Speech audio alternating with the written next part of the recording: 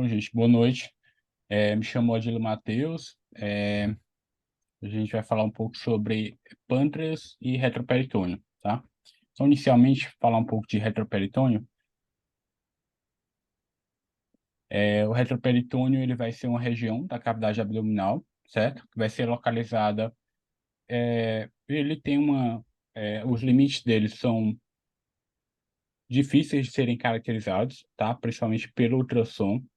E além disso, ainda existem divergências na própria literatura quanto a alguns desses limites, tá? Por exemplo, vai ter fonte que vai considerar o pessoas, tá? A musculatura aqui paravertebral como parte do espaço retroperitoneal e vai ter fonte que não vai considerar. De forma geral, existem alguns conceitos que são muito bem definidos, tá? Então, essa região da cavidade vai ser localizada posteriormente aqui a esse folheto do peritônio, tá? É, esse folheto posterior do peritônio parietal, certo? E o limite posterior seria aqui a própria parede abdominal posterior, tá? Existem a gente consegue ainda dividir esse espaço, tá? Em outros subespaços, tá? Como o espaço pararrenal anterior, o próprio espaço perirenal, espaço pararrenal posterior. Eu vou detalhar cada um deles daqui a pouco, tá? Pronto, ficou melhor desenhado agora aqui, né? Qual é o espaço retroperitoneal. A gente percebe já que ele tem várias estruturas é, que são de muito interesse, né? Na nossa prática, tanto clínica, médica, quanto ultrassonográfica, tá? A gente vê aqui o pâncreas, né? Ele vai estar aqui nessa região. Ambos os rins também vão estar, né? A gente vai ter aqui as adrenais desse lado e a adrenal aqui direita também, certo? A gente vai ter vasos importantes, como a veia cava inferior. A gente vai ter aqui a aorta, tá? E outros vasos menores também, né? Veia esplênica, e alguns que a gente vai falar, tá? Além disso, lembrar que todo esse espaço, né? Ele vai estar A gente vai ter gordura presente nele também, né? Que vai envolver todos esses órgãos. E a gente vai ter presença também de linfonodos, né?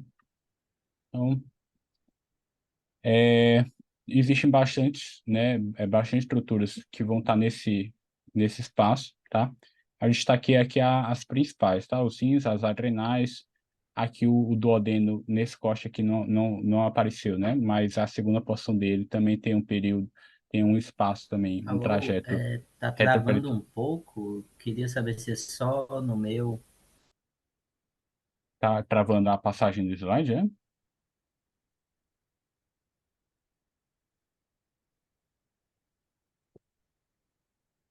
Opa, o Judson falou.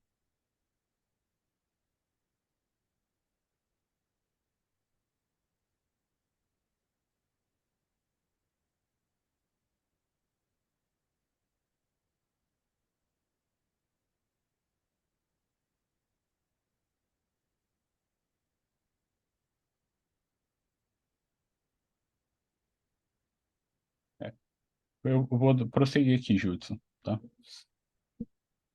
É,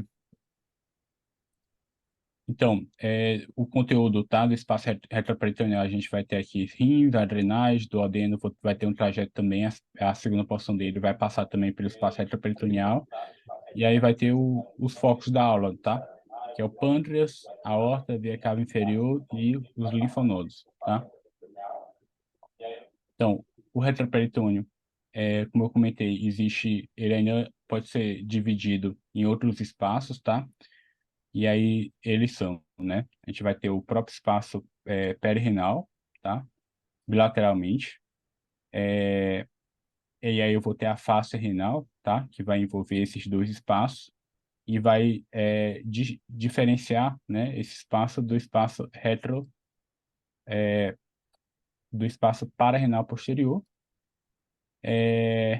posteriormente, né, a face aqui renal, a gente vai ter o espaço pararenal anterior, que é onde vai estar o pâncreas, duodeno, tá? E, além desses espaços, tá? Existem algumas fontes que vão considerar também outro espaço, tá? Seria o espaço retroperitoneal inferior, tá? Ou infrarrenal, certo? Em relação ao retroperitônio superior, tá? A gente vai ter alguns objetivos, certo? Quando a gente vai estudar no ultrassom esse espaço, tá? E os principais vai ser avaliar os vasos que estão presentes nele e avaliar também linfonodos, tá? Então, o retroperitônio superior, a gente vai ter o acesso nele na região epigástrica, né? A gente pode começar aqui na região aqui subxifoide, e aí fazendo esse corte aqui com o transdutor aqui no plano sagital, né? E fazendo uma báscula, né? Nesse sentido, é a imagem que a gente vai ter, certo? Justamente aqui da aorta, né? Essa porção mais superior da aorta abdominal. Olhando nesse sentido, a gente consegue ver a origem de alguns vasos importantes, né? Então, a gente vai ter aqui o tronco celíaco, aqui mais embaixo, né? Então, são duas artérias, né? Dois ramos arteriais que eles se originam bem medialmente, né? Então, a gente consegue caracterizar eles muito bem no ultrassom. Então, primeiro vai ser o tronco celíaco, em seguida a gente vai ter a artéria mesentérica superior, tá? Além disso, a gente vai observar ali calibre, tá? A gente vai observar a integridade da parede, trajeto, certo? Conteúdo, certo? Fluxo, se está presente. E fazendo essa báscula, né, que eu comentei, de um lado para o outro, com o transitor ainda no sagital, a gente consegue ver, apontando assim mais para a direita, né, assim subcostal, a gente vai visualizar aqui o fígado, tá? E adjacente ao fígado, a gente consegue ver a veia cava inferior, tá? Aqui já está dando, né, inclusive aqui um ramo aqui, provavelmente essa aqui vai ser uma veia renal, né, a veia renal esquerda, para o outro lado, certo? Então, falando da aorta em específico, né, lembrar um pouco da anatomia é, da aorta, né, os principais ramos dela.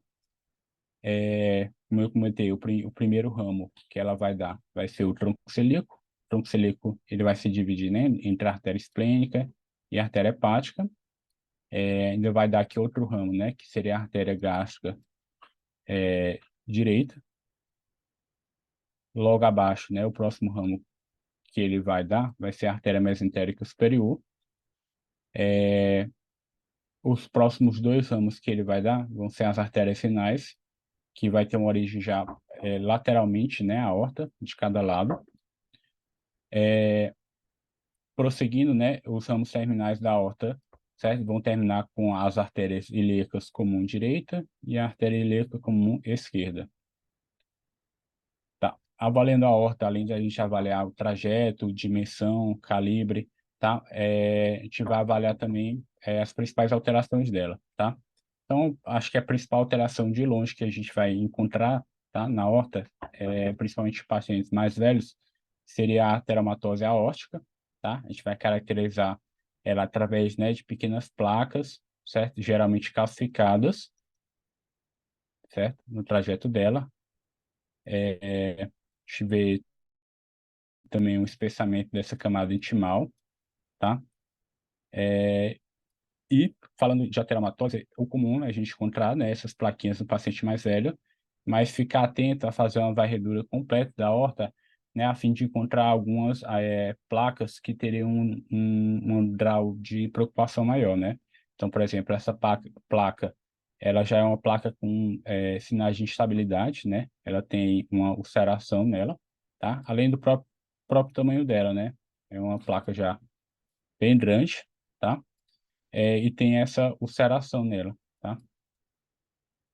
E nesse outro caso aqui também, né, além de a própria aorta, a gente percebe que ela está dilatada, né, a dimensão dela está aumentada, a gente percebe que é uma placa bem importante, né, que reduz bastante o calibre da aorta.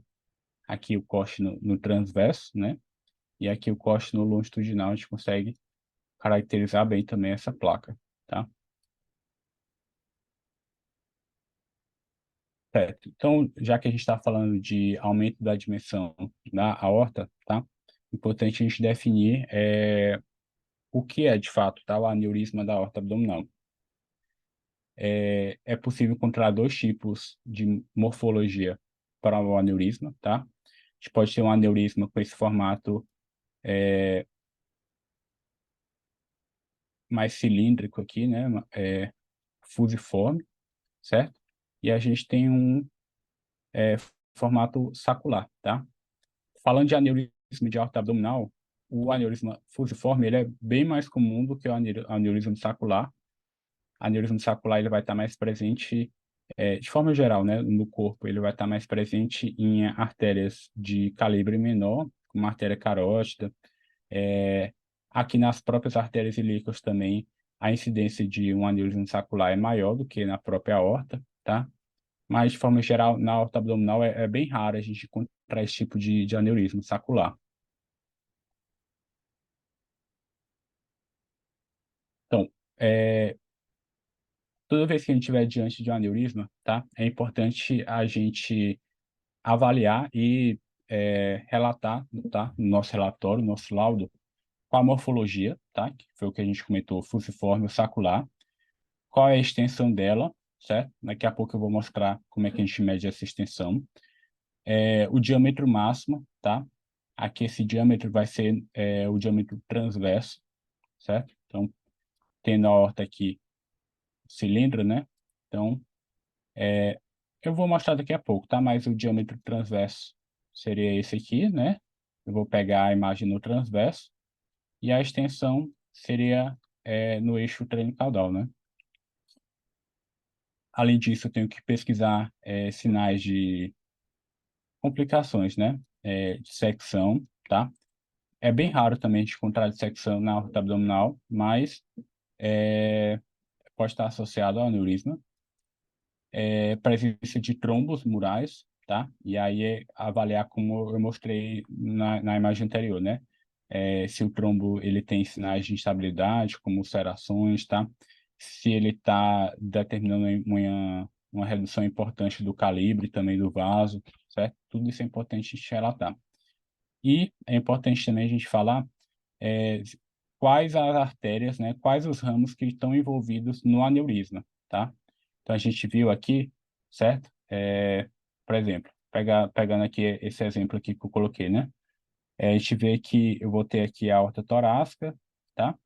E aí chegou aqui, eu vou ter aqui o tronco celíaco, artéria mesentérica, aí as duas artérias renais aqui, né? Então, esse aneurisma, tá? Ele estaria aqui infrarrenal, certo?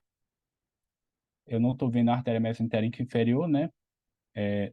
Nessa reconstrução 3D, não ficou muito claro, tá? Mas no laudo, tá? A gente já falaria que seria um aneurisma da aorta abdominal, a gente falaria, né, fusiforme, colocaria as dimensões dele, tá? Que se estende do segmento infrarrenal, né, até a bifurcação ilíaca, tá? A gente tem que, né, tentar dar essas informações no nosso laudo, tá? E qual é o diâmetro que a gente vai considerar normal, tá? A gente vai considerar normal abaixo de 2,5 centímetros, né, ou 25 milímetros. Quando está acima disso, mas ainda está menor do que 3 centímetros, a gente diz que ela está ectasiada, tá? Acima de 3 centímetros, a gente pode chamar de aneurisma mesmo, tá? Estando atento principalmente para sinais de ruptura, né? Um risco aumentado para ruptura. Seria uma dilatação que está aumentando, certo? Ao longo dos anos. Diâmetros. Aqui também é um pouco variado, tá? Vai ter referência que vai dizer 5,5, tá bom? Essa referência aqui do livro que eu peguei, né? ele considera 6 para cima, tá? Ter um risco aumentado. Aquele formato, né, sacular, ele tem um risco também maior para ruptura, certo? Avaliar, como eu comentei, se tem algum flap intimal, né? Sinais de secção.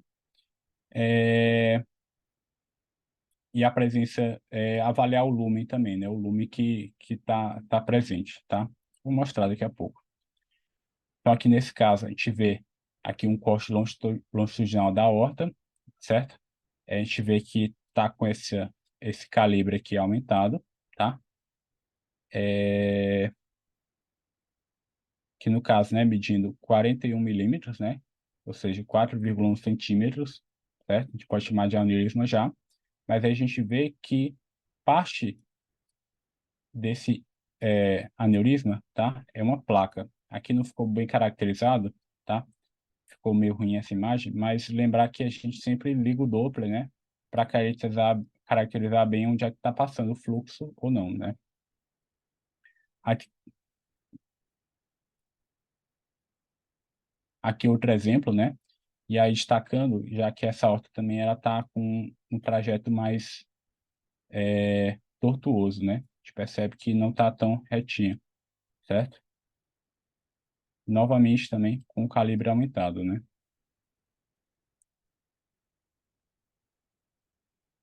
Essa aqui mais um exemplo, corte transversal, tá? Mostrando o aneurisma, e aí eu vou ter uma placa nele aqui também, né? Um trombo,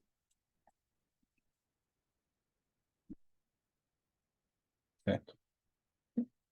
Então, como é que a gente vai avaliar, tá? As dimensões desse nosso aneurisma. A extensão que eu comentei, tá? Seria essa distância crânio-caudal, né? E aqui a gente vai caracterizar, né?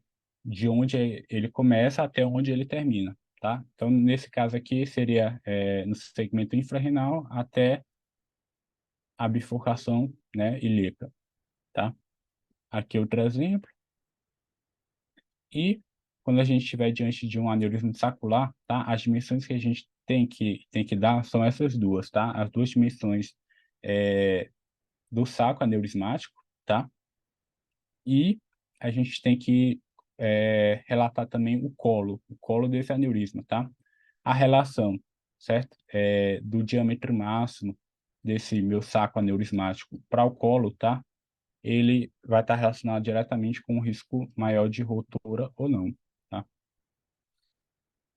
Certo? Então, a outra dimensão, tá, que a gente tem que dar do aneurisma seria o maior diâmetro transverso. Então, aqui vai estar o aneurisma, tá?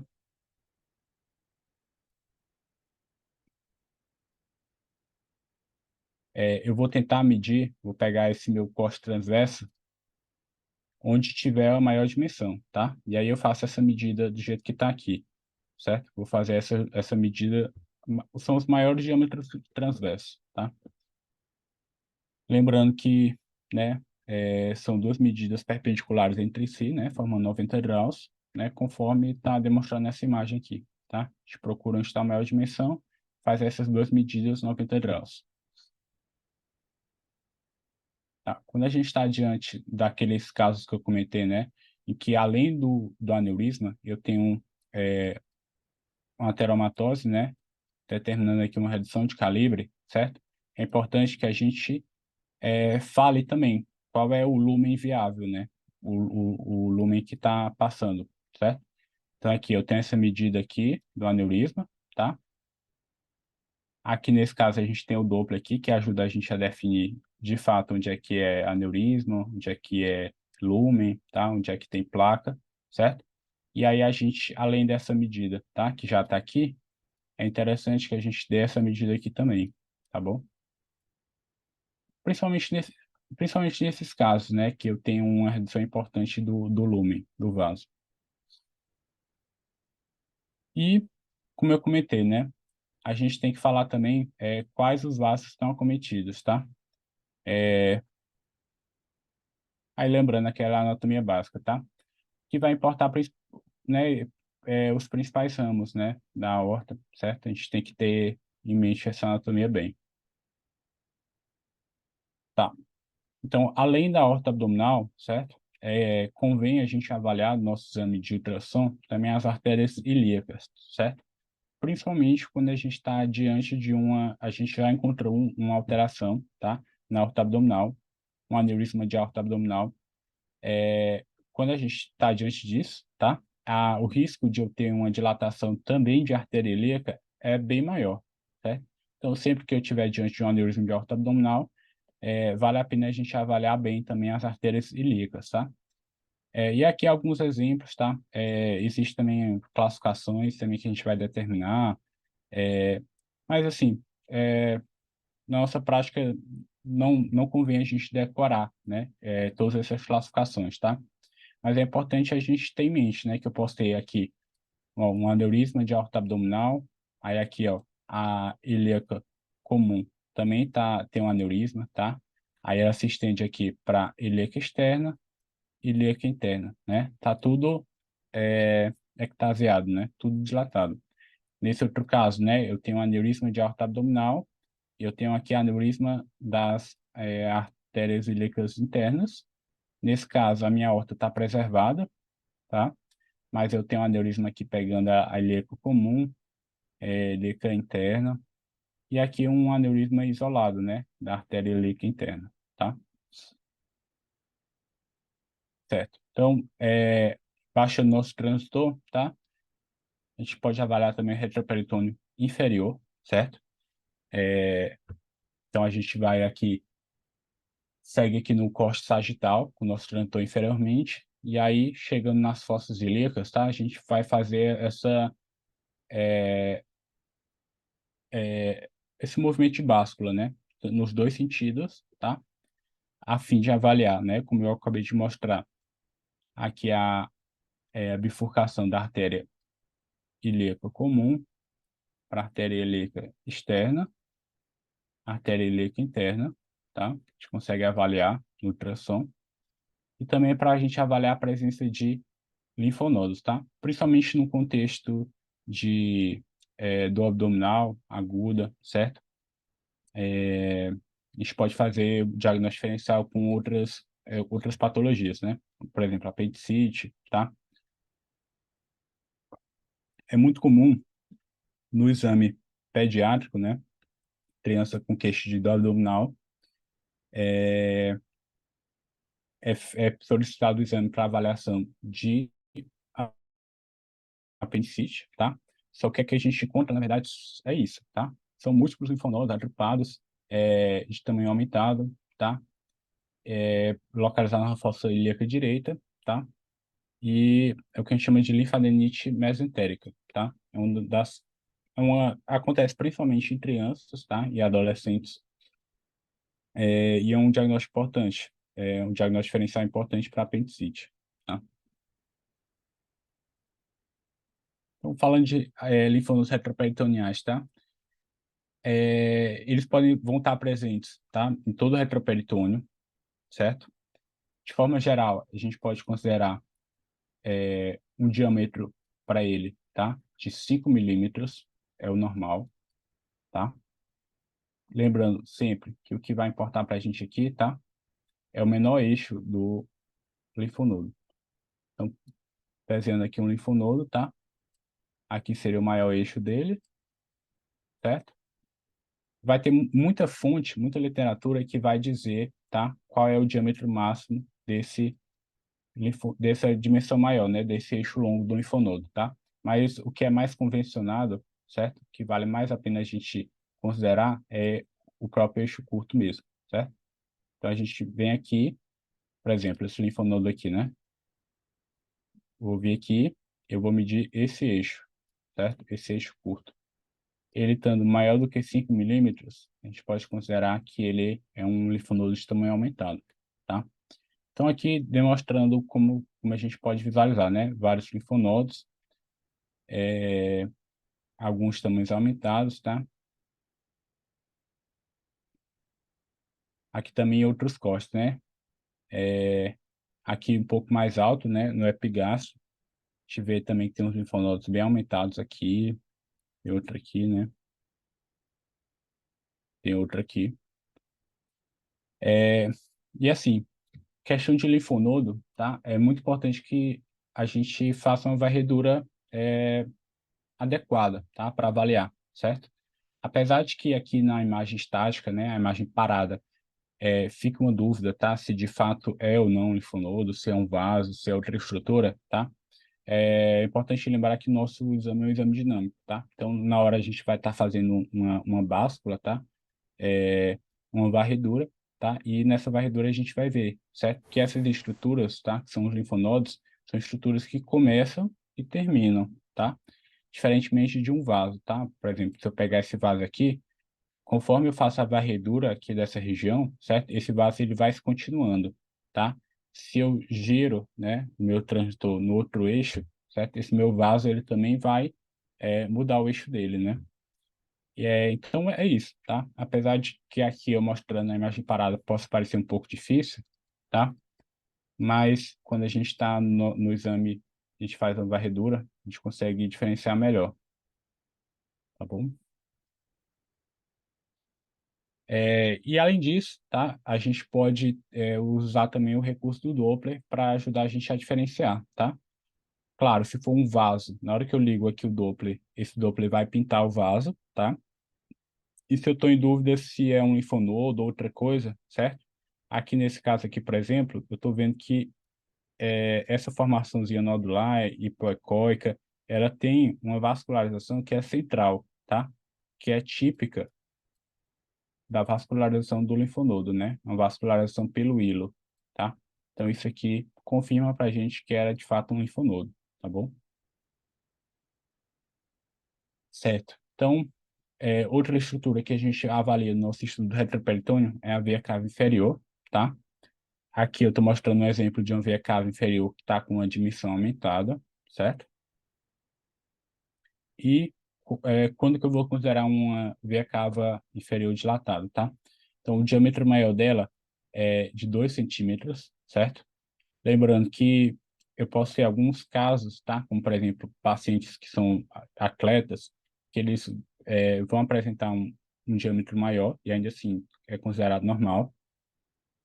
A gente avalia também as veias hepáticas, tá? Quando elas estão maior do que 0,6 centímetros, tá? Elas estão aumentadas, dilatadas. Quando eu peço o paciente fazer uma inspiração profunda, certo? E a veia cava ela não colaba, certo? E presença também de efusão pleural, derrame pleural, né? Geralmente bilateral. Então, aqui mostrando, tá? Voltando um pouquinho na nossa última aula, né? Que foi de fígado, a gente viu que faz parte do estudo do fígado, a gente avaliar também aqui essa estrela hepática, né? Que é aqui a veia cava inferior, né? Dando, né, origem aqui às veias hepáticas. Esquerda, né? Média, direita, certo? E aqui um exemplo normal, e logo aqui do lado a gente tem um exemplo que eu tenho veias hepáticas dilatadas, né? De calibre aumentado, certo? Tendo cuidado, como aqui no quadrinho ele tem falando, tá? Essa medida eu tenho que fazer na periferia, certo? Se eu medir muito perto da veia cava inferior, tá? É, Geralmente ela é mais dilatada mesmo, tá? Ela tem um calibre maior, certo? Eu tenho que medir mais na periferia, mais distante, certo? E aí, se nesse caso, mesmo assim, continuar dilatado, tá? A gente tem que pensar que está acontecendo alguma coisa, certo? No caso, é uma insuficiência cardíaca direita. Tá? Aqui, outro exemplo de outra patologia que a gente pode diagnosticar no ultrassom, presença de trombo na veia cava inferior, tá? Então, aqui no corte longitudinal da veia cava inferior, a gente vê que já tem um conteúdo aqui no interior da veia, tá? E ligando aqui o Power Doppler, a gente viu que, né, confirmou já, né? Na verdade, eu estou tendo um trombo aqui no interior da veia cava inferior, tá? Certo. Então, dando continuidade, tá, ao estudo retroperitônio, a gente vai falar um pouco agora sobre pâncreas, tá? Então, o pâncreas ele é um órgão retroperitoneal ele vai ter função tanto endógena quanto exógena, tá? Participando na produção, né, de insulina, glucagon, somatostatina, de enzimas digestivas, certo? Eu consigo dividir o pâncreas, tá? Em cauda, corpo, cabeça, processo uncinado, certo? Ele vai ser localizado no retroperitônio, bem medialmente, certo? E ele se relaciona com alguns órgãos, tá? Aqui da cavidade retroperitoneal. Então perceba que ele tem um íntimo contato com essa curvatura aqui do duodeno, certo? Que é justamente para onde essas enzimas digestivas elas vão ser excretadas, tá? Percebam também que tem um íntimo contato aqui com a veia cava inferior e com a aorta, tá? E localizado anteriormente essas estruturas vasculares. A cauda, tá? Ela se estende lateralmente, tá? Até próximo do baço. Então, é muito comum quando a gente está fazendo o estudo do ultrassom, né, do baço, a gente vê a cauda pancreática, tá? E uma dica, tá? Para quando a gente for avaliar o pâncreas, tá? Muitas vezes, certo? A gente pode estar com o exame limitado devido a gás, tá?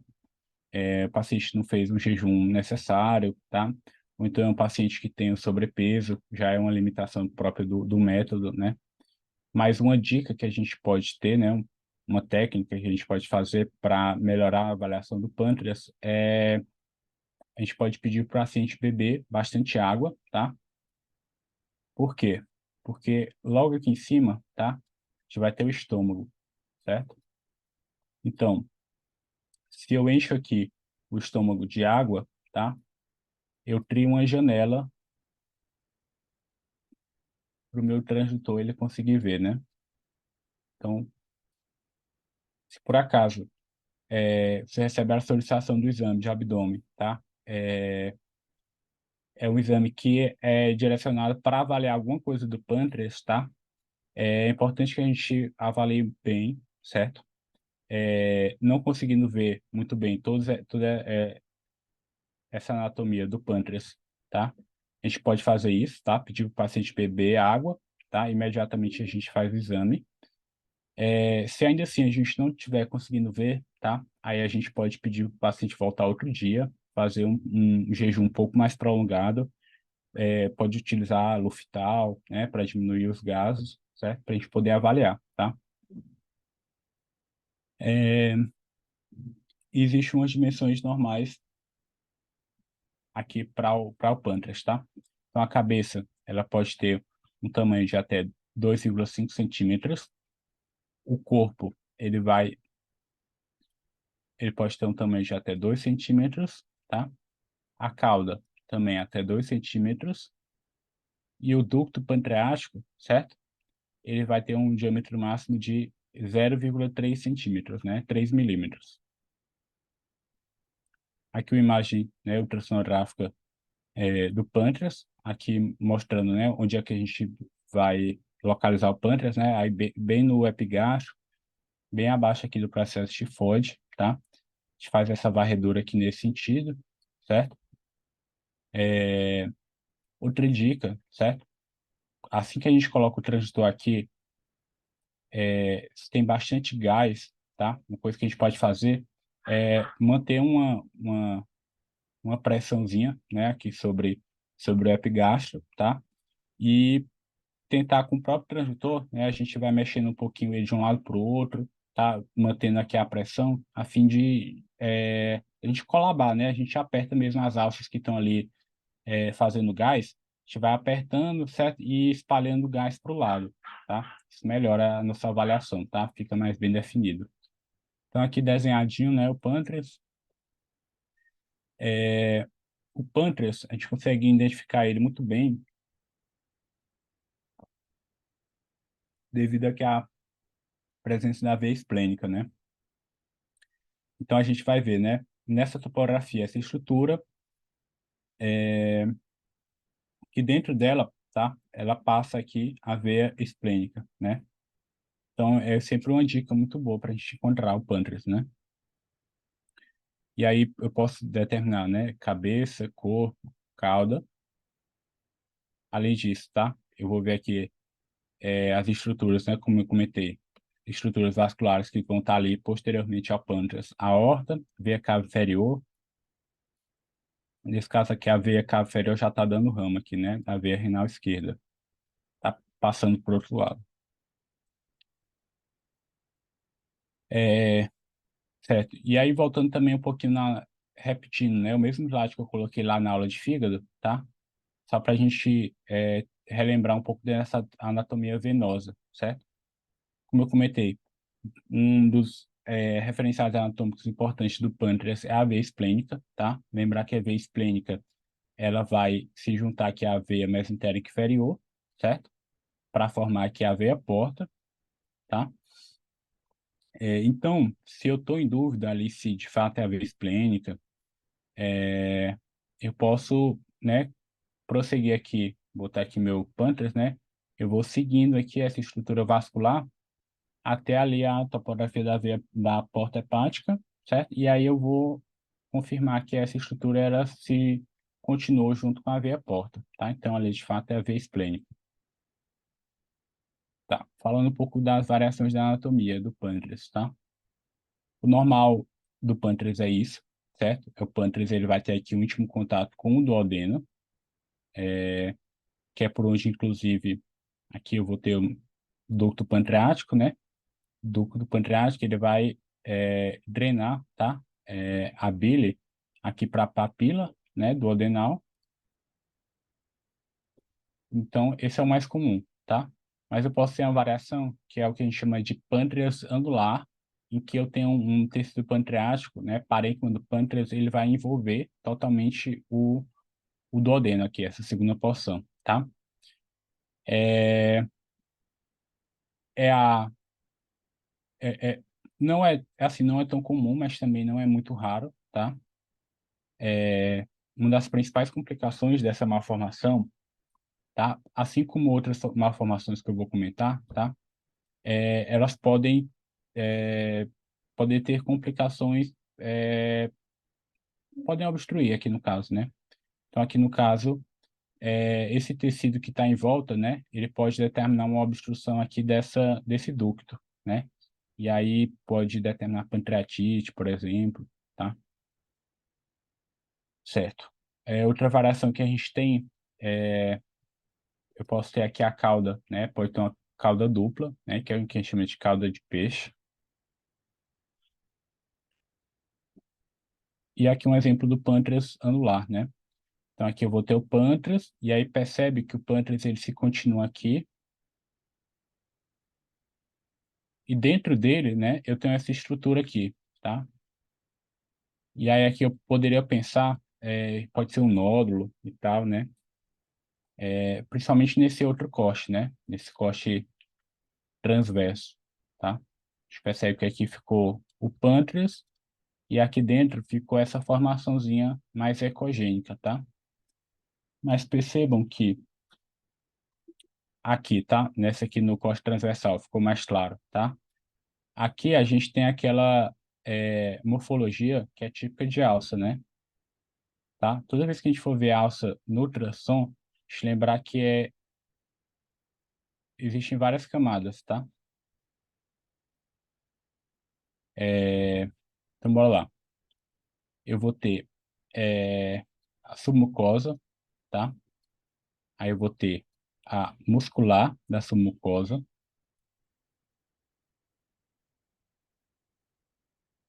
a mais externa eu vou ter a serosa, né? Aí depois eu vou ter a muscular própria. Então, lembrar que essas camadas, né, elas vão ter ecogenicidades diferentes, tá? De tal forma que, quando eu tiver esse corte transversal, né, de qualquer alça, eu vou ter essa variação aqui de ecogenicidades, né? Então, percebam que tem aqui uma região que é mais hipoecóica, uma região aqui que é mais hiperecóica, e aí fica hiperecóico de novo, né? Nesse formato anular, circular, né? Isso é bem característico de alça. Mas, nesse caso aqui, tá? O que foi feito é que pediu para o paciente beber, tá?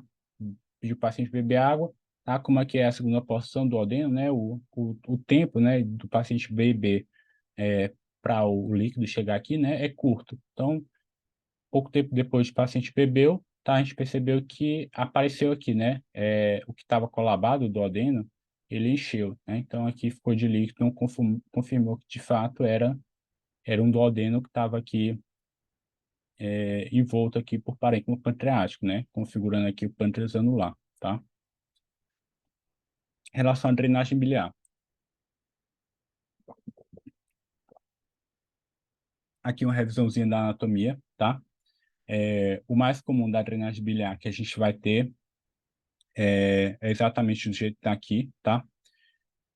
Voltando aqui um pouquinho também na aula de fígado, tá? A gente vai ter aqui as vias biliares intrahepáticas, elas vão se confluindo, tá? Nos ductos hepáticos comuns, né? Direito e esquerdo, vai se juntar aqui no ducto hepático comum, que aí vai se juntar aqui no ducto cístico, tá? Para formar o colédoco, né?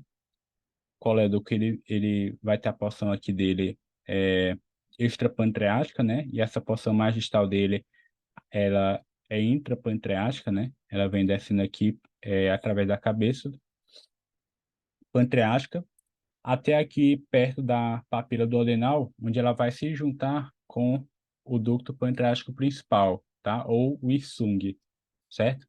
E aí eles se juntam, certo? E aí eles vão desembocar aqui na papila duodenal maior, ou papila de Vater, tá? Além disso, a gente tem também outros ductos, né? Esse é o ducto pancreático principal, mas tem outros ductos pancreáticos secundários, tá? Existe um ducto pancreático secundário muito importante, que é o ducto de Santorini, né? O epônimo dele, tá? Ou ducto pancreático dorsal, tá? Esse seria o ventral, esse aqui seria o dorsal. E ele vai drenar para a papila duodenal menor, certo? Esse é o mais comum, tá? Mas existem muitas variações quanto à disposição desses ductos, tá? Então, aqui é o mais comum, tá? Que foi o que eu acabei de mostrar. Mas pode acontecer o fato de o ducto pancreático principal, ele tem uma drenagem, né? Ele desemboca no local diferente do colédoco, tá? Esse aqui é o colédoco, né? Então, no pâncreas diviso, o colédoco, ele vai se juntar com o ducto ventral e vai desembocar aqui na papila duodenal maior. E o ducto pancreático principal, ele vai drenar na papila duodenal menor, tá? Eu posso ter esse ducto ventral atrófico, tá? Aqui no caso atrófico, mas ainda está drenando. Nesse caso ele está atrófico e ele não drena, né? Ele não consegue desembocá-la na papila duodenal menor. E eu posso ter um caso de um ducto ventral ausente, né? Então, no caso aqui, ele vai drenar diretamente aqui para a papila duodenal menor, tá? Certo. Então, agora falando um pouco de alterações mesmo, tá? Do pâncreas, patologias. Começando inicialmente pelas alterações difusas, a gente pode ter uma lipossubstituição do pâncreas, tá? Eu acho que essa alteração difusa é mais comum, tá? Principalmente porque ela acontece de forma habitual em idosos, tá? E pacientes idosos, juntamente a essa lipossubstituição, a gente vai ter também uma atrofia desse parênquima pancreático, tá? De forma resumida, o que acontece, né, as células, né, do pâncreas, elas vão, né, morrendo e aí elas vão sendo substituídas por adipócitos, tá? De forma bem simples é isso. Assim como no fígado, quando a gente tem uma lipossubstituição, né, uma infiltração gordurosa no fígado, a gente tinha um aumento da ecogenicidade do fígado. Aqui, quando a gente tem essa lipossubstituição, a gente também tem um aumento da ecogenicidade do pâncreas, tá? Então, em pacientes mais jovens, tá? O que a gente vai ver é isso, tá? É um parênquima do pâncreas mais hipoecóico, tá? Em pacientes mais idosos, a gente vai encontrar aqui um parênquima mais branco, né? Mais ecogênico, tá? Mas a gente pode encontrar também esse achado em outras situações, tá? pacientes obesos, com dislipidemia, pacientes diabéticos. A gente pode ter esse achado de lipossubstituição, tá? De um pâncreas mais branco, numa, numa, numa criança, né? E nesse caso, tá? Vale a gente destacar que não é o normal, tá? Então, uma das patologias que a gente pode ter na criança para determinar um pâncreas de ecogenicidade aumentada é a fibrose cística, tá? A gente pode também o uso prolongado, né, de corticoides também pode estar relacionado com lipossubstituição. Então, pancreatite aguda, tá? O ultrassom, ele não vai ser o melhor exame, tá? Para a gente avaliar pancreatite aguda, certo? Mas pode chegar para a gente um dia, né, esse pedido, certo? E o ultrassom ele é muito bom para diagnosticar algumas coisas, tá? Como eu vou mostrar para vocês. Então, relembrando um pouco da pancreatite, a gente vai ter algumas etiologias, tá? De longe, a mais comum é por causa obstrutiva, né? Por litíase, cálculo, mas a gente pode também ter também uma pancreatite aguda por álcool, algumas drogas também podem determinar pancreatite aguda, trauma, aí aqui eu coloquei entre parênteses, né? CPRE, tá? Não só CPRE, tá? Mas às vezes qualquer qualquer procedimento ou então cirurgia, tá? Que mexa ali com o pâncreas, né? Pode ocasionar uma pancreatite aguda, pode ser uma pancreatite também infecciosa, tá? Autoimune, e eu posso ter algumas relacionadas com aquelas alterações congênitas que a gente falou, tá? Então, principalmente em pacientes mais jovens, tá? Então, por exemplo, no caso do pâncreas anular, tá? Como eu mostrei, tem um parênquima pancreático que está envolvendo ali o duodeno, certo? Então, isso pode determinar ali numa obstrução naquele ducto, tá? E aí eu posso ter uma pancreatite obstrutiva, né? Devido a essa alteração congênita. A gente viu também algumas alterações ali na drenagem, né? Biliar, tá? Então, qualquer alteração daquelas ali pode determinar uma obstrução, né? Uma dificuldade na drenagem pode evoluir para uma pancreatite aguda. Eu vou ter dois tipos de pancreatite aguda. Eu vou ter a mais comum, que é uma pancreatite intersticial edematosa, mas eu posso ter também um outro tipo que é mais sério, né? Que é uma pancreatite necrosante. De forma bem geral, né? O que a gente espera de uma pancreatite intersticial edematosa é um edema do parênquima do pâncreas e tem, né, bem característico desse tipo, tá? É a presença de pseudocistos. Já na pancreatite necrosante, como eu comentei, tem um prognóstico pior, tá? Aqui, nesse caso, a gente espera uma maior heterogeneidade do parênquima do pâncreas. E aqui, ao invés de pseudocistos, eu vou ter coleções necróticas, tá? Então, vamos ver como é que é. Em relação aos achados de imagem, então, eu coloquei de propósito, tá? Aqui, como principal achado de imagem é o ultrassom normal, tá? Então, de fato, o ultrassom ele não é o exame, tá? Para a gente avaliar a pancreatite, para a gente dar o diagnóstico de uma pancreatite aguda, certo? Mas quando a gente estiver diante de uma pancreatite aguda, o que a gente pode ver, eventualmente, né, é um aumento do volume, tá? Do pâncreas e uma redução da ecogenicidade, tá? Que vai traduzir o edema, tá? Do parênquima. O que o ultrassom ele é muito bom, tá? É para identificar a causa, quando a causa é por cálculo biliar, tá? Aí a gente avalia muito bem a vesícula, a gente consegue avaliar colédoco, né? Ducto pancreático principal, tá? Procurar colédoco litise, certo? Ele também é bom em diagnosticar algumas das complicações da pancreatite, como eu vou comentar daqui a pouco, e ele também é muito bom para descartar outras causas de abdômen agudo, né? Então, aqui eu vou ter um exemplo, né, de um aumento volumétrico, tá? Então, aqui eu vou ter o pâncreas aqui, não, bem aumentado de calibre, né, ó, certo? E percebam que eu também tenho aqui um pouco de líquido livre, né, adjacente ao pâncreas, tá? Então, um pâncreas gordinho, né? com líquido ao redor, tá? Então, aqui nesse outro caso, tá? Apesar de que nesse caso eu não tenho uma redução muito importante da ecogenicidade, aqui está acontecendo uma coisa que é o meu parênquima, ele não está normal, tá? Então, parando para olhar com atenção, a gente vê que ele está meio heterogêneo, né? Ó, tem umas áreas um pouco menos ecogênicas, tá? Então, é um parênquima que está heterogêneo, tá? Lembrando que esse fato, né, esse achado de redução da ecogenicidade, ele vai estar sujeito a, por exemplo, como eu comentei, né, vai ter situações de lipossubstituição. Então, se você tiver um pâncreas que ele já é lipossubstituído, né, um paciente que é obeso, por exemplo, tá, o pâncreas dele já vai ser com ecogenicidade maior. Então, a redução da ecogenicidade, né, seria mais difícil a gente diagnosticar. Então, nesse mesmo caso aqui, a gente tem a dimensão dele, né? Então, medindo aqui na topografia da cabeça, percebe que deu 5,5, né? Está bastante aumentado, ecotextura heterogênea, né? Sugerindo mesmo o pancreatite agudo, tá? Tem um pouquinho de líquido aqui também ao redor, né? Ó, percebam que tem uma camadazinha aqui anecoica, tá? Um pouquinho de líquido. Nesse caso aqui, né?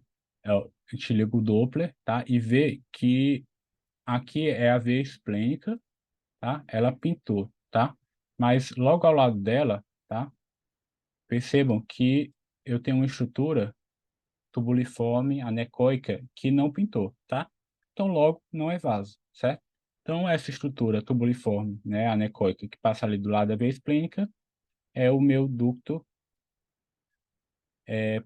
pancreático principal, tá? Então, ele também está dilatado, tá? Então, aqui, seguindo até o colédoco, né? Essa imagem aqui a gente conhece bem, né? Que é o sinal do duplo cano. Ali na topografia da porta hepática, a gente vê que tem duas estruturas de calibres parecidos, tá? Uma é a veia porta, tá? Que ali ela pintou aqui no Doppler, e a outra não pintou, certo? Que é justamente o colédoco. O colédoco está dilatado. E aqui prosseguindo, tá? A gente vê aqui os cálculos aqui já perto é, da papila, certo? Que era a causa, como eu comentei, né? Uma das utilidades do ultrassom é diagnosticar a causa quando a causa é por obstrução biliar, né? Por cálculo. Então, nesse caso aqui, a gente consegue diagnosticar que a causa era por coledoclitismo, né? Então, além disso, tá? O ultrassom ele também pode ajudar a gente a diagnosticar algumas das complicações, tá? Pensando em pancreatite do tipo intersticial edematosa, a gente vai ter coleções pancreáticas que vão mudar, tá? Conceitualmente, né? O próprio nome delas, tá? Vai ser diferente de acordo com a cronologia da pancreatite.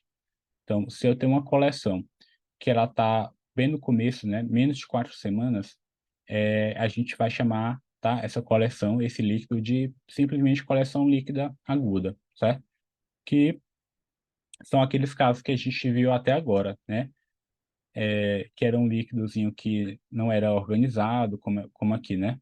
Ele está mais solto, né? Não está bem organizado, certo? Então, isso vai acontecer numa fase mais aguda, tá? Passou de 4 semanas, esse líquido ele pode encapsular, né? Ficar mais organizado, certo? Formar o que a gente chama de pseudocisto. Tá. Aqui é o caso lá que eu tinha mostrado, né? É um pouquinho de líquido, mas é mais desorganizado, certo? E aqui um caso em que fica mais organizado, né? Percebam que aqui ficou bem formada aqui essa estrutura, bem definido, né? Uma coleção bem definida. E aqui a gente vai precisar da história, tá? A gente precisa desse tempo para a gente poder fechar com um pseudocisto. Quando a gente está diante de uma pancreatite necrosante, tá? A gente vai ter coleções necróticas, tá? Que nesse caso, elas não não se limitam, né, ali ao espaço ali peripancreático, né? Ela pode acontecer mesmo intrapancreático, né? Vai ter uma necrose do parênquima. Aqui vai também ter uma diferenciação quanto ao tempo, tá? Menores do que 4 semanas, a gente pode chamar simplesmente de coleção necrótica aguda, mas assim como no pseudocisto, essas coleções elas tendem a se organizarem, tá? E aí a gente pode ter uma coleção mais organizada, tá? Que aqui no inglês é esse Wood-Wolff necrose, né? Que seriam coleções que vão tendem a ter paredes mais espessas, né? São coleções mais irregulares. É bem comum da gente encontrar calcificações parietais, né, nessa parede, tá? Então aqui é algum exemplo, tá? E aqui eu vou ter novamente, né, uma estrutura cística, tá? Bem definida, tá? Mas nesse caso, tá? Já não é tão o conteúdo dela por si só já não é um conteúdo tão homogêneo quanto era o outro, né? Percebe que já é mais hipoecóico, né? Mais heterogêneo, mais denso esse líquido, tá? E aqui nesse outro caso, né? É bem mais heterogêneo, né? Essa coleção de parede irregular. Aqui eu tenho essa área aqui de parede, ó, mais espessa, conteúdo também bem heterogêneo, né? As coleções elas podem sangrar, né? O próprio conteúdo da netrose, né? Vai ter conteúdo sólido ali, né? Não vou esperar um conteúdo cístico homogêneo, não, né? São coleções mais heterogêneas mesmo. E eu posso ter algumas complicações vasculares, tá? Então, só a gente pensar que nessa pancreatite necrosante, né, tá tendo uma necrose ali do parênquima do pâncreas, tá? Dentro do pâncreas vai passar algumas estruturas, dentro delas estruturas vasculares, né? Então a gente vai ter a artéria esplênica que vai passar também ali junto com o pâncreas, tá? Ali adjacente à artéria a veia esplênica, tá? Então pode acontecer dessa necrose, né, acometer ali a artéria, né? E gerar um pseudoaneurisma, certo? Então aqui eu vou ter aqui o pâncreas, né, ó, de aspecto, um corte transversal do pâncreas. Eu tenho aqui o parênquima dele, a gente vê que está bem heterogêneo já, né? E aí aqui dentro eu tenho essa estrutura aqui, que quando eu liguei no Doppler, confirmou que de fato era uma estrutura vascular, tá? E aqui a gente tem um sinal que é para a gente guardar para todo o nosso estudo de ultrassom, né? Não importa qual é o tipo de ultrassom que a gente estude, sempre que a gente estiver diante de uma estrutura vascular, né, com esse aspecto, que hoje a gente chama de aspecto do yin-yang, né, a gente tem que pensar em pseudoneurisma, tá? Então, é um sinal clássico, tá, do pseudoneurisma, é isso, né, que corresponde a um turbilhonamento, né, ali é um fluxo turbilhonado, né? Desenhar aqui mais ou menos como é que é isso. Aqui eu vou ter a artéria, né? E aqui o pseudoneurisma, tá? Então, o que acontece? O sangue está vindo aqui, né? E aí, quando eu tenho essa falha da parede, né? O sangue ele vai entrar dentro dessa saculação, tá? Mas aqui dentro, o fluxo, né? Não é uniforme, né? Aqui ele vai turbilhonar aqui dentro, né? E aí, é, esse sangue, né, turbilhonado, ele, no ultrassom, quando a gente liga o Doppler, ele dá esse aspecto de yin-yang, tá? Cuidado, que esse sinal ele não é patognomônico de pseudoneurisma, tá? Aqueles aneurismas que eu mostrei, né? Aneurisma puro mesmo, tá? De aorta, por exemplo, tá? Eles podem ter um fluxo turbilhonado dentro dele, né? Que pode dar o yin-yang, mas não é pseudoneurisma, tá? É, é só destacar que ele é bem clássico, né? Ele geralmente é relacionado, né? O pessoal gosta de relacionar ele com pseudoneurisma, tá? Mas ele vai significar simplesmente isso, tá? É um fluxo turbilhonado. A gente pode ter também, né? Além da artéria esplênica que está passando ali, a gente vai ter também a própria veia esplênica, tá? Então, pode acometer ali a veia e gerar uma trombose dela, tá? Pera aí. Então, aqui a gente tem o pâncreas, né? Dentro do pâncreas, tá? A gente sempre acompanha a veia esplênica. E nesse caso, a veia esplênica, mesmo sem ligar o Doppler, tá? A gente vê que tem já um conteúdo dentro dela, né? Certo? Que no caso era um trombo. E aqui, quando a gente ligou o Doppler, tá? Ó, toda essa veia esplênica, ela não tá pintando, né? Não tá tendo fluxo. Justamente por conta aqui desse trombo, tá? Então pode ter trombose também, tá? Então são essas complicações, tá? É, são essas mais as indicações do ultrassom nesse contexto de pancreatite aguda, tá? Agora partindo para pancreatite crônica, tá? Agora, a etiologia mais comum não é mais a litíase biliar, tá? No nosso meio, a etiologia principal da pancreatite crônica é o álcool, certo? Mas a gente pode também, devido a cálculos também, né? De forma recorrente, vai gerando ali um insulto recorrente, né? Crônico, que pode gerar uma pancreatite crônica, pode ter causas autoimunes. Novamente, né? Aquelas anomalias congênitas, né? Também podem ser causa e eu posso ter pancreatite crônica secundária a causas mesmo neoplásicas, tá?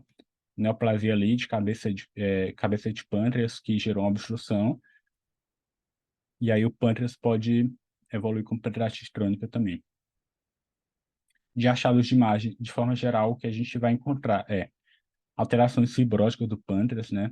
Eu vou ter uma redução do volume, um aumento da ecogenicidade, a ecotextura vai ser heterogênea.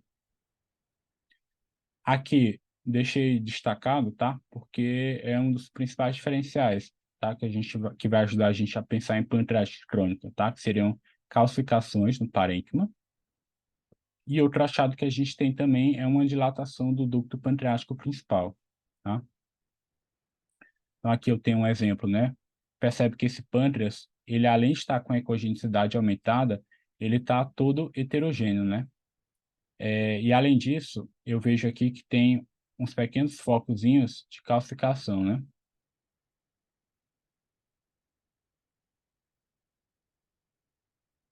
Nesse outro caso, aqui eu vou ter também um pâncreas atrofiado, né? Percebe que a cauda dele aqui está bem fina, tudo heterogêneo, e eu tenho um ducto pancreático também que está ectasiado, né? Tortuoso, aqui inclusive, ó, com essa calcificação aqui, né? Gerando essa sombra, tá?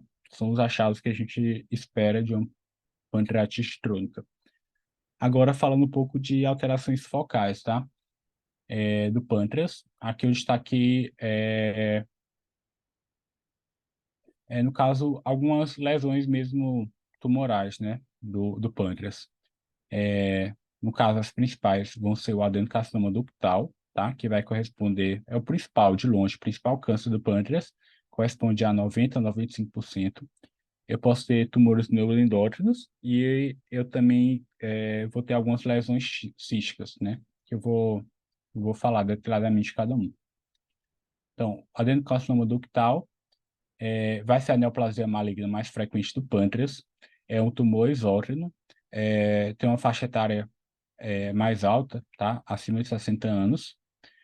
O local mais comum, também de longe, tá? Bem mais comum, é na cabeça pancreática, cerca de 75%.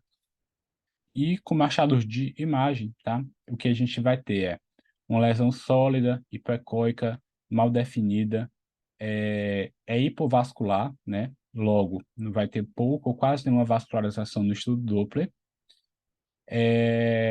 Vai gerar uma dilatação do duto pancreático, tá? De vias biliares, inclusive intrahepáticas, tá? E assim, gente, assim, é, é, o diagnóstico de câncer mesmo, de pâncreas, no ultrassom, ele pode ser um pouco desafiador, tá? Eu acho que na prática, o mais recomendado é a gente tentar prosseguir sempre a investigação, né? A gente vai até onde a gente consegue, tá? A gente pode sugerir, quando a gente vê uma lesão lá, A gente fala, olha, tem uma lesão aqui, é assim, assim, está determinando isso, pode corresponder a causa neoplásica, né? Sugere-se prosseguir a investigação, tá? Eu vou falar de várias alterações aqui, tá? Que a gente consegue ver no ultrassom, mas eu acho que é importante a gente saber até onde o método vai, tá? Então, é, com certeza, né, a tomografia para avaliar o pâncreas, né, ela é melhor, certo? Então, enfim, saber que eventualmente a gente vai ter que pedir mesmo colocar nosso laudo. Sugere prosseguir com o estudo de TC do abdômen superior com contraste, tá? Mas a gente vê isso, tá? No dia a dia, tá? Você tendo uma prática assim constante, tá? Eventualmente você vai se deparar com um adenocarcinoma de pâncreas, tá? Se você investigar de forma correta, tá? Porque não é, enfim, é o mais comum, então eventualmente a gente consegue achar mesmo, tá? Então nesse caso a gente tem um corte transverso do pâncreas. A gente vê aqui na topografia da cabeça pancreática, eu tenho essa lesão aqui mal definida, hipoecogênica, tá? Aqui eu vou ter aqui esse corte mais longitudinal aqui, que eu consigo definir também essa lesão aqui, né? Topografia da cabeça do pâncreas. O que vai ajudar a gente sempre a pensar nisso, tá? É mesmo dilatação, tá? Por exemplo, você se deparou lá com o sinal duplo cano, o colédoco está dilatado, o ducto pancreático está dilatado, tá? E aí a gente tem que fazer uma varredura das vias biliares procurando cálculo, tá? Mas, eventualmente, a gente pode encontrar esse tipo de lesão, tá? Que seria a causa ali da obstrução, da dilatação das vias biliares, tá? É, Pronto, que é exatamente isso aqui, certo? Que a gente tem que fazer. Tá diante do pâncreas, te vê que a veia esplênica aqui pintou, então o que está adjacente a ela é o ducto pancreático principal. Quando está normal, vai ser bem fininho, tá? Muitas vezes difícil a gente ver, mas quando está maior do que 3 milímetros, né? A gente considera que tá dilatado. Então, nesse caso, também está dilatado. E aqui, na topografia ali do colédoco, né? Também está dilatado. Então, toda vez que a gente estiver diante de um colédoco dilatado, a gente tem que ir investigando, tá? E aqui, inclusive, nesse caso, determinando também dilatação das vias biliares intrahepáticas, tá? Certo? Se eu tiver em dúvida se aqui é via biliar ou vaso, tá? Lembrar de ligar o Doppler, tá? Melhora bem o parâmetro lá do Doppler para tentar pintar esse vaso. Não pintou, então é ducto que está dilatado intrahepático. E aqui é um corte coronal, né? De uma tomografia, tá? Para mostrar para vocês essa mesma lesão, tá? Então aqui eu vou ter o pâncreas, ou, desculpa, o fígado, tá? Aqui a veia porta, adjacente à veia porta eu vou ter o colédoco. Então percebam que o colédoco está bem dilatado, né? O colédoco ele vem, aqui é o duodeno, certo?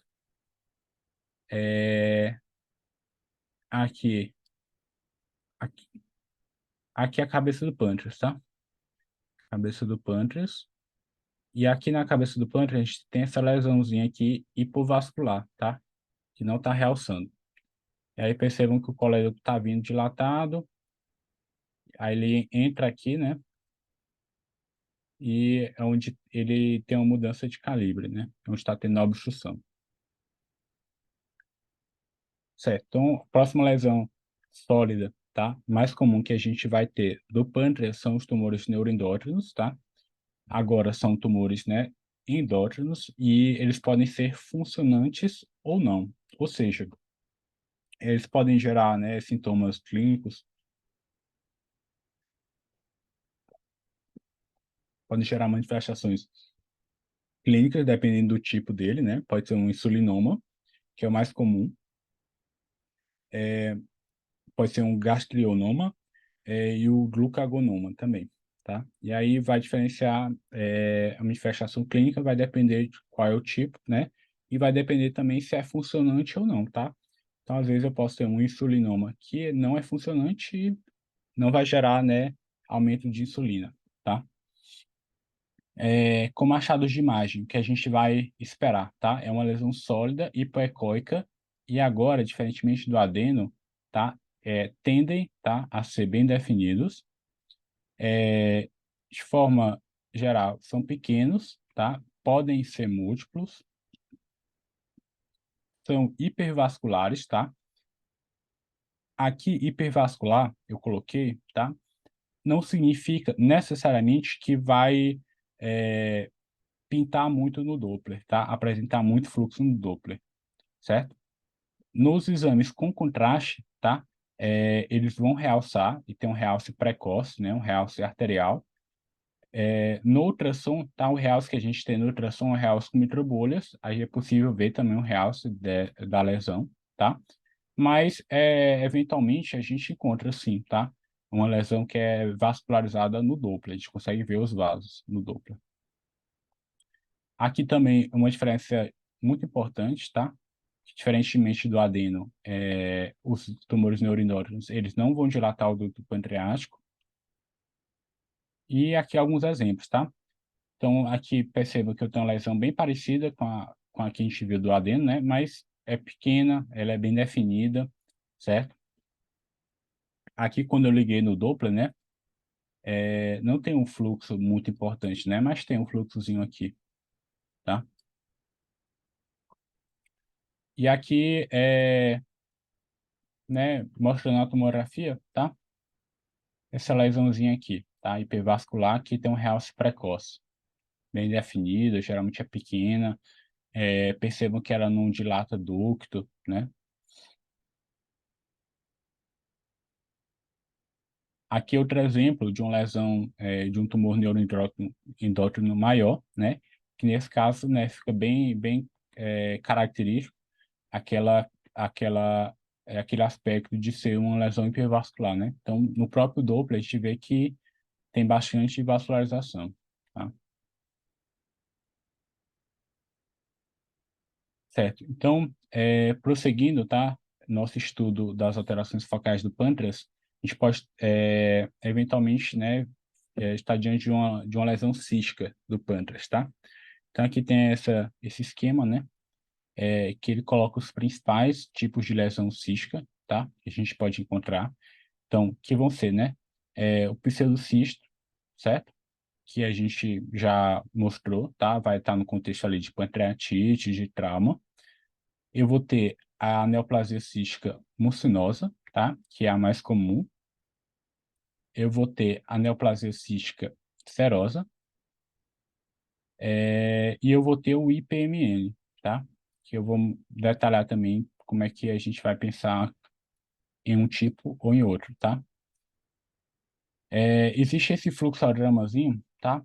É, que a gente pode raciocinar para pensar em um tipo ou em outro, tá?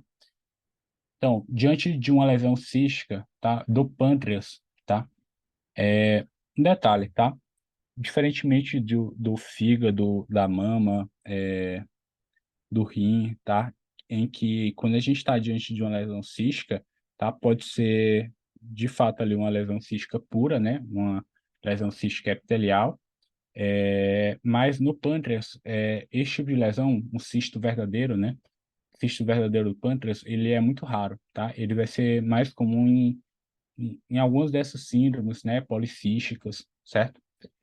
Então, é o que a gente pode esperar. Então, toda vez que a gente estiver diante de uma lesão cística do pâncreas, tá? Até que se prove o contrário, tá? Ela ela vai encaixar em algum desses casos que a gente vai discutir aqui, tá? Então, nunca pensar, quando a gente estiver diante de uma lesão cística do pâncreas, que é só um cisto normal do pâncreas, né? Um cisto, né, verdadeiro, tá? Porque o cisto verdadeiro do pâncreas, ele é muito comum. Desculpa, ele é muito raro. Então, é, seguindo nesse fluxograma, tá? Esse algoritmo, a gente pode pensar o seguinte, tá? A lesão cística do pâncreas, no histórico numa história de pancreatite ou de trauma, tá? Aí a gente vai pensar no pseudocisto, certo? E convém, inclusive, acompanhar, né, essa lesão para ver se ela regride, certo? Porque sendo um pseudocisto de fato, tá? O que a gente espera é que essa lesão ela vai regredir ou aumentar, né? Depende da evolução própria mesmo da pancreatite. Não tendo história de pancreatite ou de trauma, a gente vai pensar em algumas das neoplasias císticas, tá? Então, sendo uma lesão cística de aspecto, né, macrocístico, né, que é aumentado, geralmente é única, certo? Pode ser uni ou multilocular, tá? Mas o que vai falar mais a atenção mesmo é esse aspecto maior, essa dimensão aumentada, macrocístico. A gente vai pensar no cistadenoma mucinoso. Sendo cistos pequenos, tá? A gente vai avaliar se essas lesões císticas elas estão se comunicando com o ducto pancreático ou não, tá? Então, nesse aspecto, tá? Quando chega aqui para diferenciar de um para o outro, o ultrassom ele é bem limitado, tá? A tomografia também é bem limitada, tá? Então, nesse caso aqui é um caso que ele é melhor avaliado pela colangio-ressonância, tá? Então, na colangio-ressonância, a gente tem algumas sequências que a gente tem, a gente consegue fazer uma subtração, né? A gente satura as demais estruturas e evidencia bem somente o líquido, né? Então, a gente consegue acompanhar melhor, tá? Os ductos biliares, né? As vias. E a gente consegue ver se essa lesãozinha cística ela está se comunicando ou não, tá? Mas, de forma geral, vale a pena a gente estudar, tá? Esses tipos de lesão cística do pâncreas, tá? Para a gente conhecer, é, eventualmente a gente pode se deparar, né, com elas.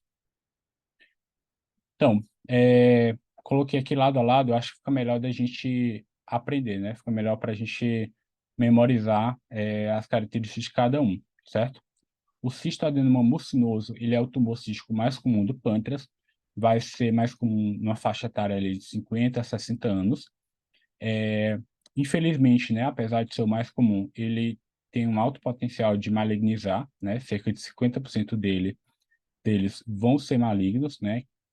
Que aí seria a variante, né, do cistoadenocarcinoma mucinoso. E tem um local mais comum que é no corpo e na cauda do pâncreas, tá? Já o cisto adenoma seroso é o segundo mais comum. Ele tem uma faixa etária maior, né? Ele é mais comum em 70, 80 anos. Diferentemente do mucinoso, eles tendem a ser benignos, e tem uma distribuição um pouco mais uniforme, né? É mais comum na cabeça, mas também não é muito diferente, né, da incidência no corpo e na cauda. Pronto, aqui é o mais importante para a gente diferenciar, tá? O cistanoma mucinoso, ele tem um aspecto de ser macrocístico, né, ou seja, de dimensões aumentadas. Ele pode ser unilocular, tá? Ou multilocular, ou seja, né, unilocular, ele não tem nenhum septo, né? Ele como é que eu posso dizer? Ele só tem uma cavidade aqui dentro dele, né? O multilocular é que eu tenho alguns septos, certo? Então eu tenho vários espaçozinhos aqui dentro dele. Pode ser uni ou multilocular. Ele tem um conteúdo que não é um conteúdo também cístico homogêneo, é um conteúdo de mucina, o próprio nome dele já fala, né? Ele pode ter calcificações parietais, tá? Na parede dele. Não tem comunicação com o ducto. O cistanoma seroso, ele é bem diferente, né? É o contrário. Eles tendem a ser múltiplos, né? Mais do que 6, pelo menos. E são pequenos, tá? São cistos menores do que 2 centímetros. Eles podem ter essa característica de ter uma cicatriz central, tá? São mal definidos no ultrassom e não tem comunicação com o ducto, tá? Então, vamos mostrar um pouquinho de cada um deles. Aqui a gente tem essa lesão cística aqui, né? Na cauda do pâncreas. A gente percebe que é uma lesão de uma dimensão bem aumentada. Tem um conteúdo dela, não é um conteúdo cístico, né, homogêneo, é um conteúdo um pouco mais heterogêneo, né, tem alguns ecos de suspensão. A gente vê aqui que tem um septozinho aqui, né, tem outro septo aqui, tá? aqui, né? É, aqui é a dimensão dela, né? Ó. Percebe que nesse caso aqui é 13 por 15, né? Bem grande, tá? E aqui esse outro exemplo também mostrando, né? O aspecto pode ser multiloculado, tá? É, tende a ter umas paredes mais irregulares, né? Pode ter calcificação na parede, certo?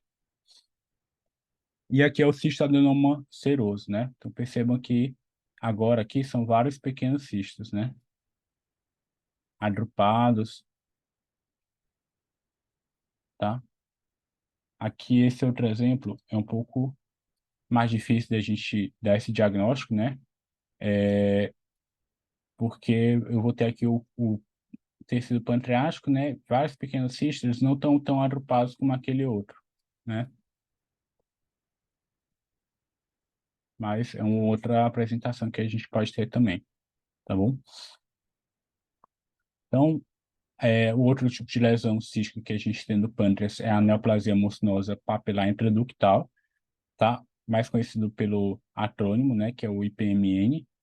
É uma lesão que tende a ser benigna, tá? Uma lesão de baixo grau, mais comum em homens idosos. E o principal diferencial é que ela vai ter uma relação com o ducto pancreático principal, tá? Ou seja, tá? É parecido com o pseudoneurisma que eu acabei de desenhar, né? Só que agora é com ducto, né? Bem diferente. Eu vou ter aqui um ducto, então aqui eu vou ter é um cistozinho, mas é um cistozinho que se comunicou com esse ducto, tá? Aí que eu vou ter outro cistozinho, mas se comunicando com esse ducto, tá? No ultrassom, essa comunicação ela é difícil a gente ver, tá? Então, nesse caso é o que eu comentei, tá? Convém a gente correlacionar com a colange. Beleza, ele pode ser único, tá? Ou ele pode ser múltiplo. Geralmente eles são pequenos, se comunicam com o ducto hepático, o ducto pancreático, e esse ducto, em geral, né, ele vai estar dilatado, tá?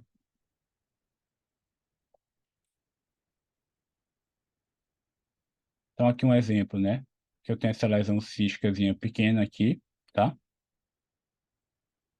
Aqui, esse outro exemplo, que eu tenho uma lesão maior, certo?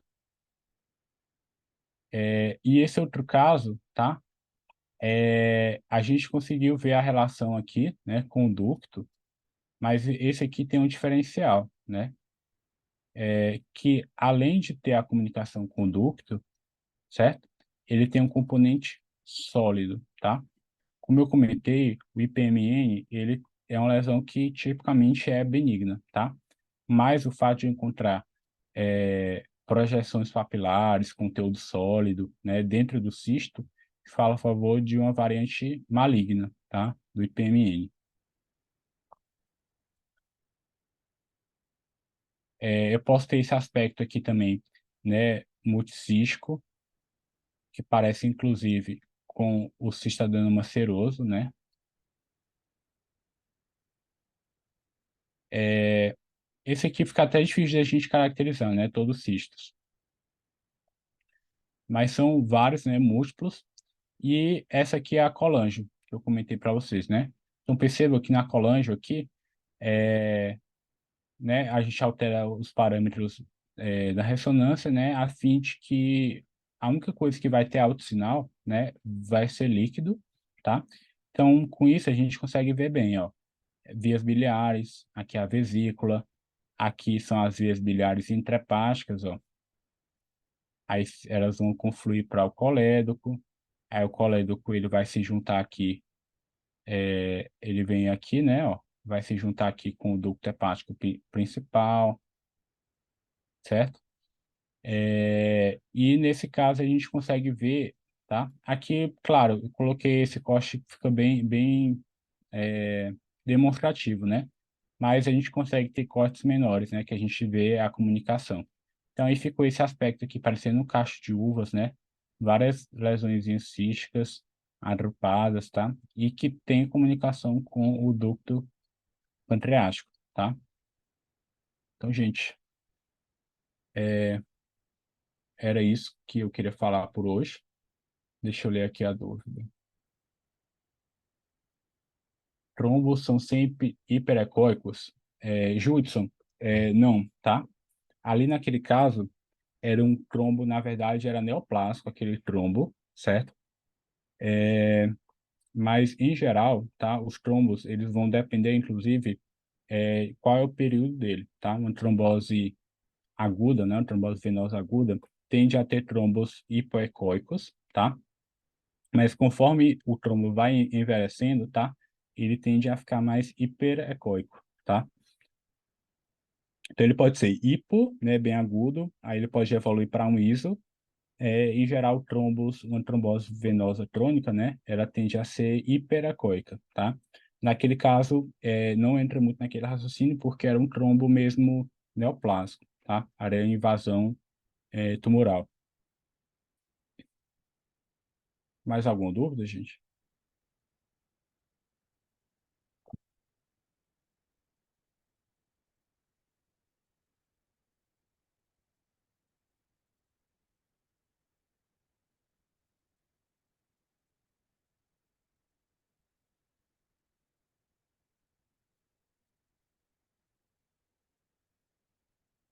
Então é isso, gente. Então, boa noite, então. Obrigado pela atenção.